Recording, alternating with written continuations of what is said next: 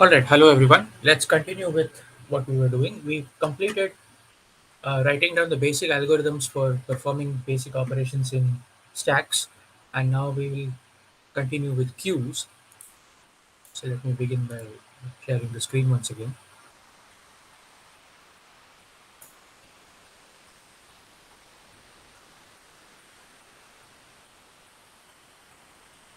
Right, so this is where we were, correct? So let's go ahead and deal with queues. Okay, so this is the second part. Once again, how is a queue realized? So we have seen in the earlier lecture that we realized the queue as well as an array, but this time there are two pointers.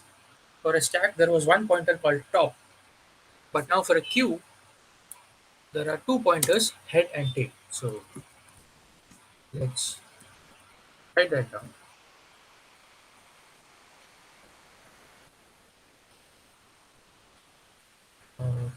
What did I write it about? Okay. So,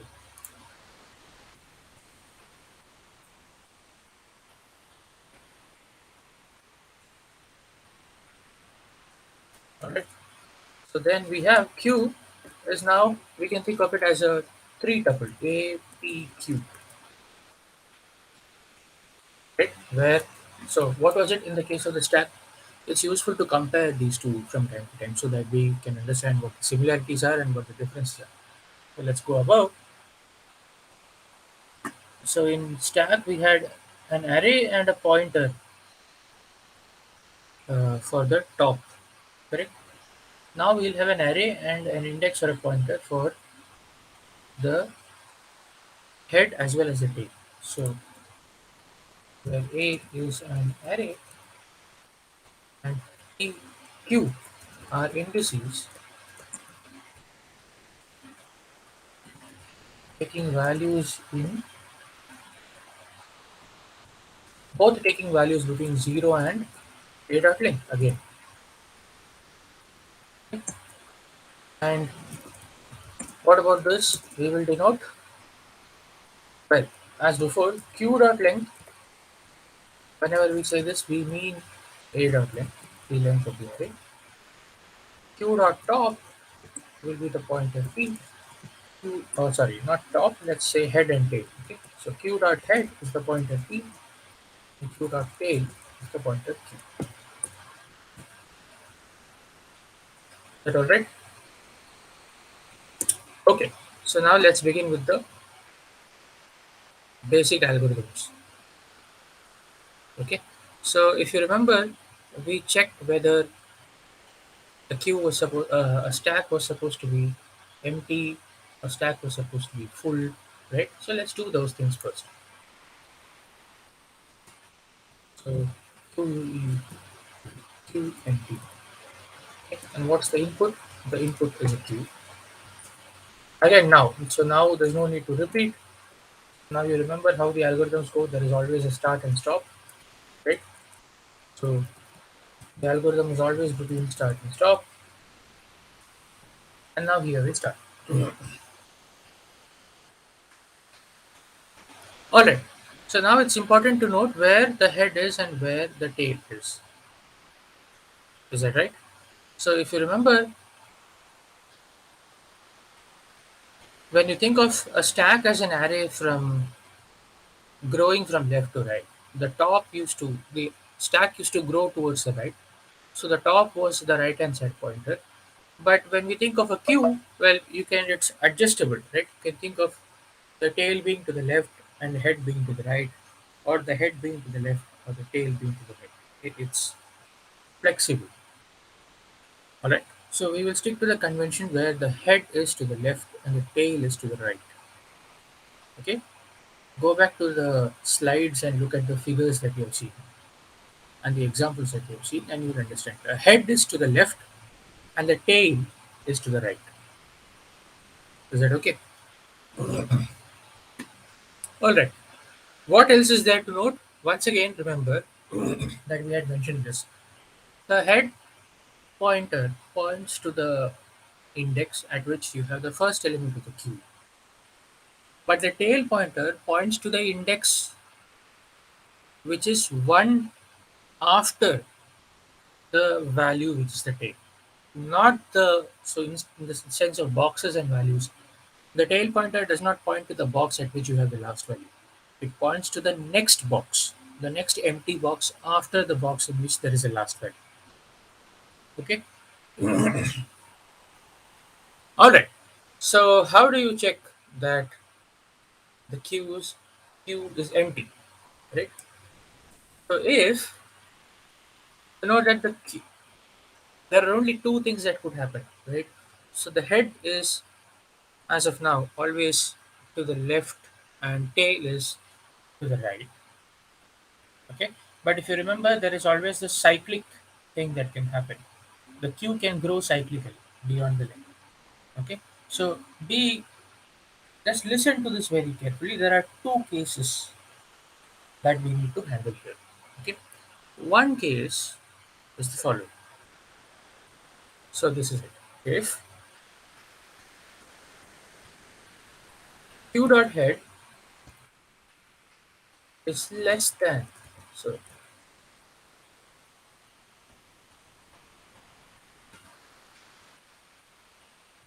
q dot length. What does that mean? That means the head pointer is not at the right extreme. Okay, head pointer is not at the right extreme, which means there is no looping. Okay, the tail pointer is also going to be at the right side itself, to the right of q dot head. Is that okay?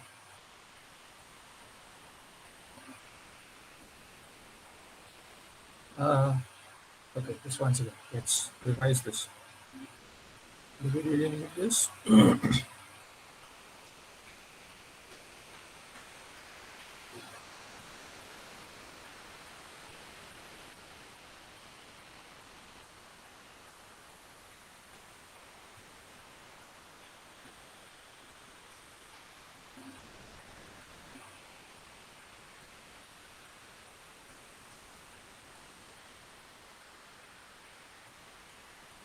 Do we really need this?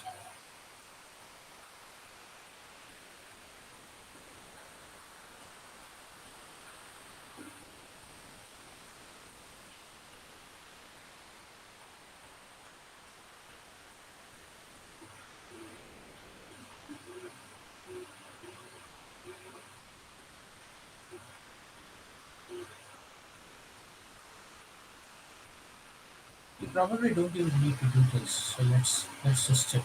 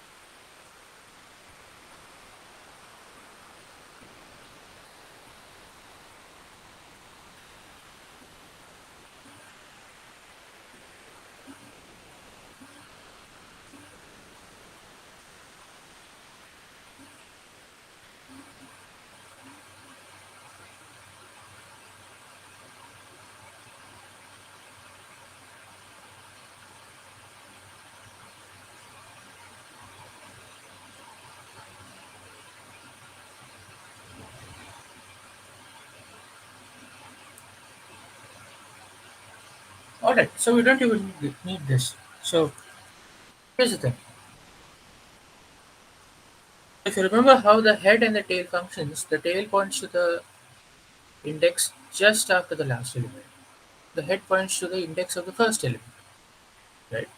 So if both of these indices are the same, then we have a problem, right? What it says is q dot head is the index, the pointer to the first element. But then q dot tail is the index after the last element, which basically means there is no value. See, that's the contradiction we are aiming for.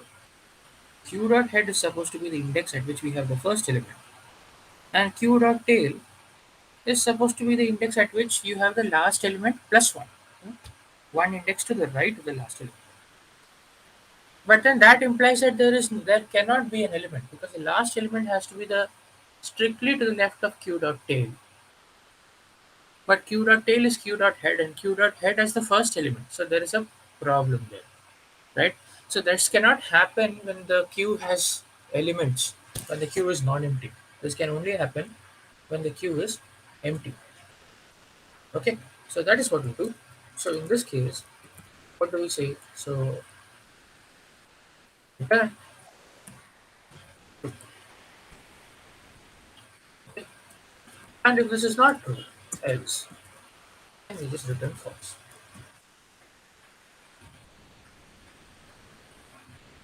Alright, so that basically completes this. It was fairly similar. It's just about, I was just thinking, since there is looping, do you have to compare it with the last statement? But in this particular case, for empty, you don't even have to compare. This much is enough. The place where you would have to compare is when you have fullness. Okay. So Q full, and now things get more interesting. So again, we have start, stop. All right. What do we do now? Any ideas?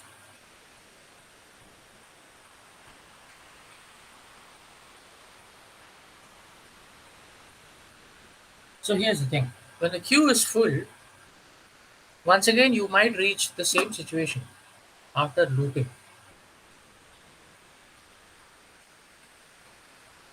right? So when queue is full, it's not a good idea to compare it in the sense of this. Okay. So we need one more convention. So convention is fixed that the number of elements in queue is always at most q dot length, or rather, sorry, a dot length minus 1. I tell you why minus 1. Okay, here's the thing.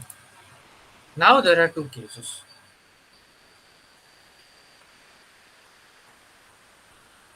Okay, so what's the first case?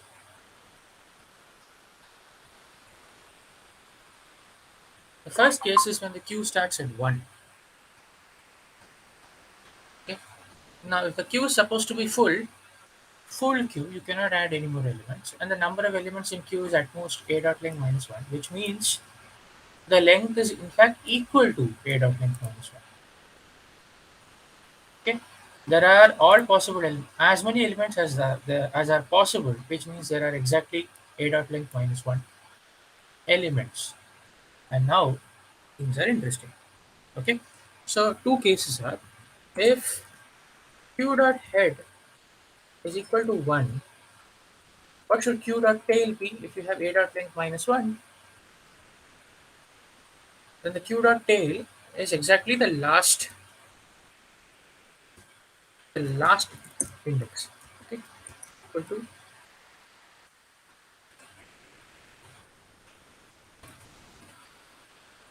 okay. In this case, obviously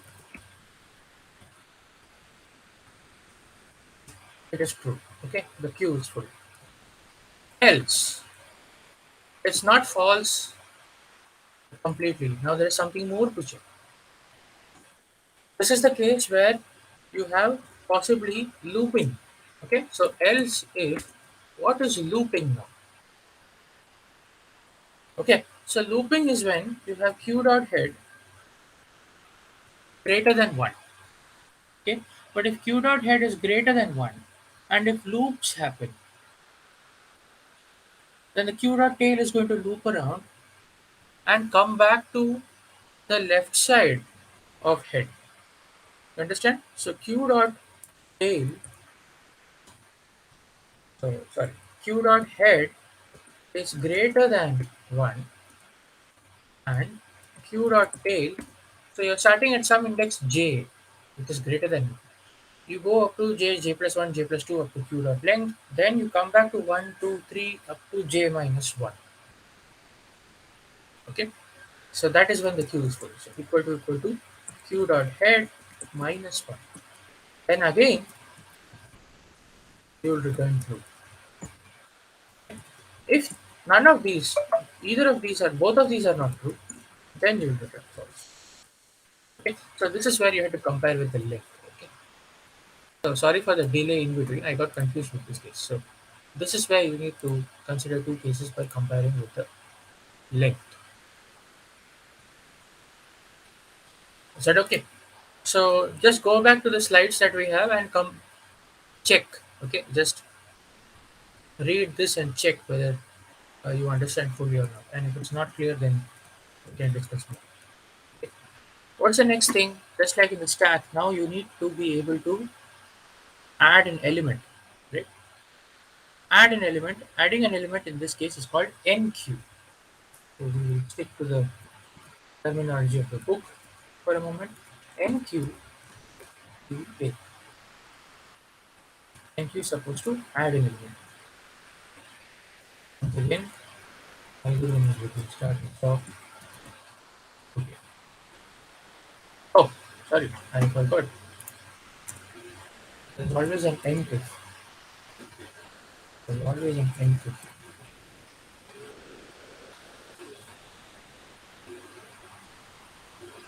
Alright, so you want to add an element A.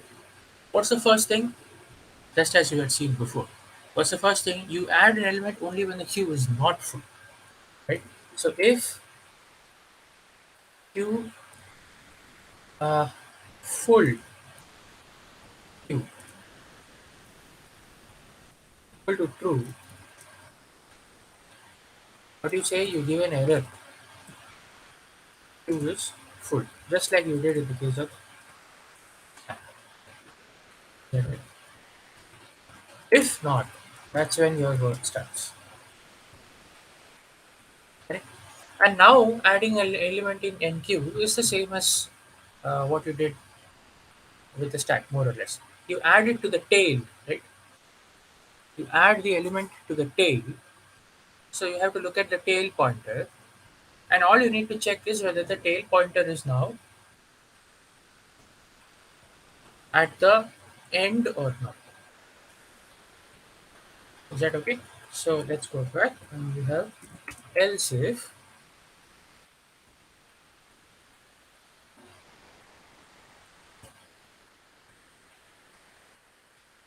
So, okay, let me not write it as else if. Let me just, you can write it in terms of else if, but this is probably better to understand. So if q dot tail equal to q dot head, then what do you think should happen? The tail pointer now moves one, it roams around and becomes one because you're adding one more element. Okay, so plus one, but q dot length plus one does not exist. So from q dot length plus one, you go to one. Okay, so you do that. Q dot tail is equal to q dot is just equal to one. You assign it to be equal to one. It's a new assignment. And the previous assignment was q dot length, right? The previous assignment, it's like minus one. At that location, you are adding the new element. So q at q dot length equal to A. Is that right? The second case, when q dot length, q dot tail is not equal to q dot length. Q dot tail is strictly to the left. It's not at the corner. Then things get easier. You don't need to do this reassignment. You simply need to say q dot tail is equal to q dot tail plus 1, right? Because you're increasing the length. And q at which location? At the previous location. Q dot tail minus 1. Okay, because the empty box now was the previous value of q dot tail. The empty box at which you have to enter the value was the previous location of q dot tail. Okay, so q dot tail minus 1. At that location, you add q. Okay, this completes it. So end if, and this completes the overall if as well. Okay, you could have written it in terms of else if, but this is more modular and this is much easier to understand. So let's keep it this way. Okay, so that is all about NQ. And what is the remaining thing? We have seen this, so it's called DQ. Which we now need to remove the element from the queue. Okay. Once again, there is you cannot specify which element to remove. Correct? We know precisely which element goes out of the queue. Okay. So it's like a ticket counter. You stand in the queue, you add to the queue from the tail, and you remove from the head. Okay. You are moving out from the starting. So the head pointer is going to move. Is that okay? So once again, we'll have two cases. We'll need to compare where the uh, head pointer is. So let's just do that. Again, it's very simple. Okay. What's the first thing you need to check? Well, in order to be able to remove an element, there has to be an element, right? So if it's empty, then there's no point in trying to remove. So if Q empty equal to true, then you just give an error. Error Q is empty. That's when you read in the case of stack. Else, and now Q is not empty, and this is where we begin. Okay. Once again, remember, in order to remove an element, you only need to reassign the pointer. There is no such thing as erasing the element. You reassign the pointer and the previous value, the previous pointed element is now forgotten, right? So now what do you do? If q dot head, the only border case to check is if q dot head is the last value.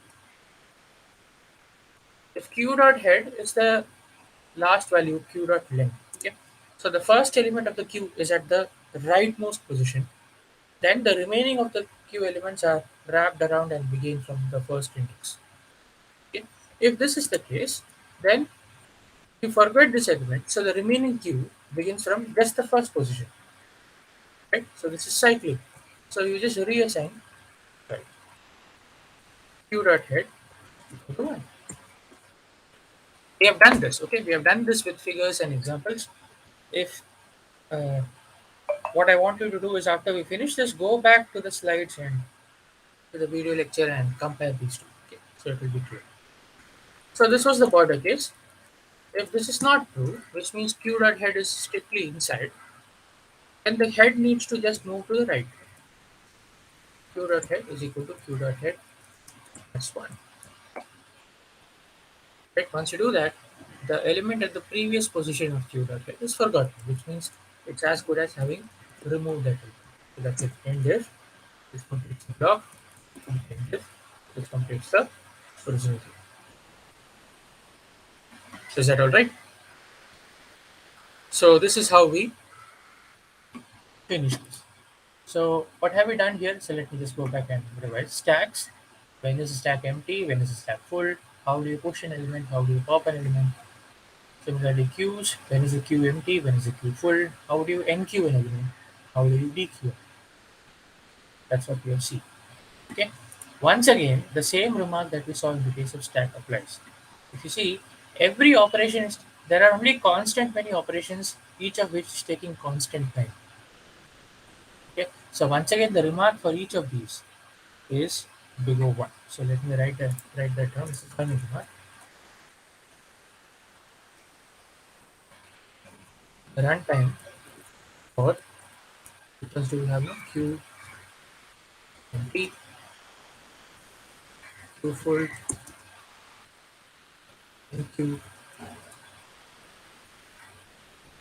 and queue. It's just a constant. Remove.